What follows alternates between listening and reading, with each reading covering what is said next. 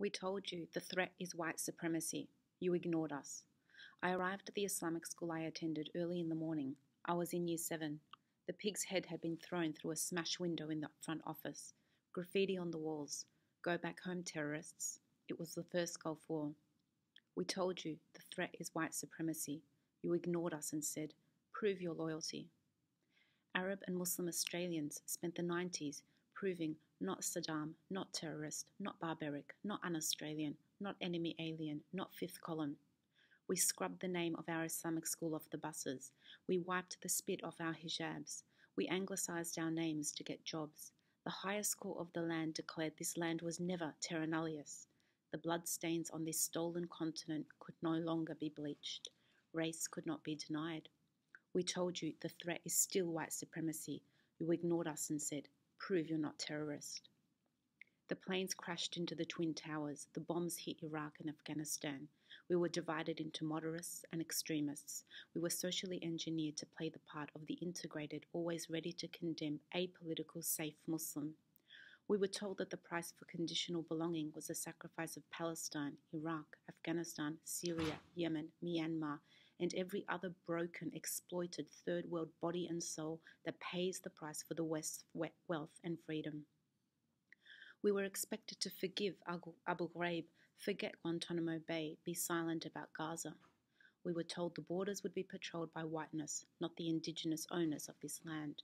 Our mosques were vandalized, our hijabs ripped off our heads, our leaders seduced into accepting we needed to be spied on, racialized and marked as a suspect community at risk of radicalization via countering extremism programs.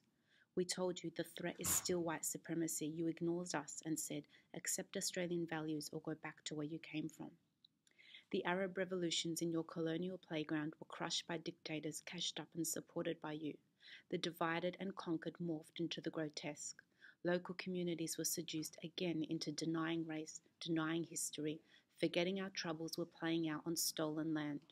We took responsibility for terrorism and condemned over and over again. We disciplined and tamed the beards, the hijabs, the niqabs, the Friday prayers in schools, the sermons. We let academics research our children to find the genetic code for becoming terrorists. We focused on social cohesion, community resilience, Australian values. We produced public speakers, athletes, and diversity liaison officers. We complained about the media headlines, fascist rallies, race-baiting politicians and commentators. We cleaned up the bacon, always the bacon. We told you the threat is still white supremacy. You ignored us and said, prove you're not a national security threat. We increased security at mosques and schools, avoided going out after terrorist attacks in the West for fear of retaliation, reported abuse, vilification, vandalism, assault, bled tears for the occupied, bombed, raped countries of our families' homelands. We wrote op-eds and books, tweeted, posted, debated, educated and explained. We didn't have the luxury of making jokes about Trump's tweets or debating how to dialogue with Nazis. We had to learn to connect the dots between settler colonialism's instinct for extermination, state violence against black and brown bodies in custody and at the borders, and pogroms and rallies on the beaches.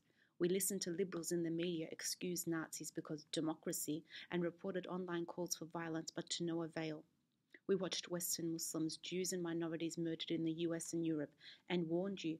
We pleaded with you that the white supremacist platform was suffocating us.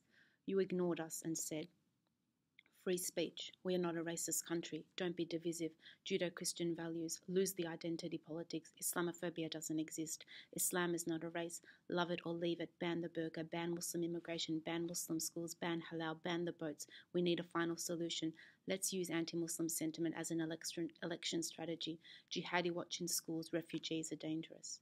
We told you the threat is white supremacy and you fueled it, gained from it, enabled and permitted it. So when a white supremacist massacred 50 Muslims during Friday prayers, we Muslims were not shocked, not taken by surprise. We expected this, we knew it was coming because you let it.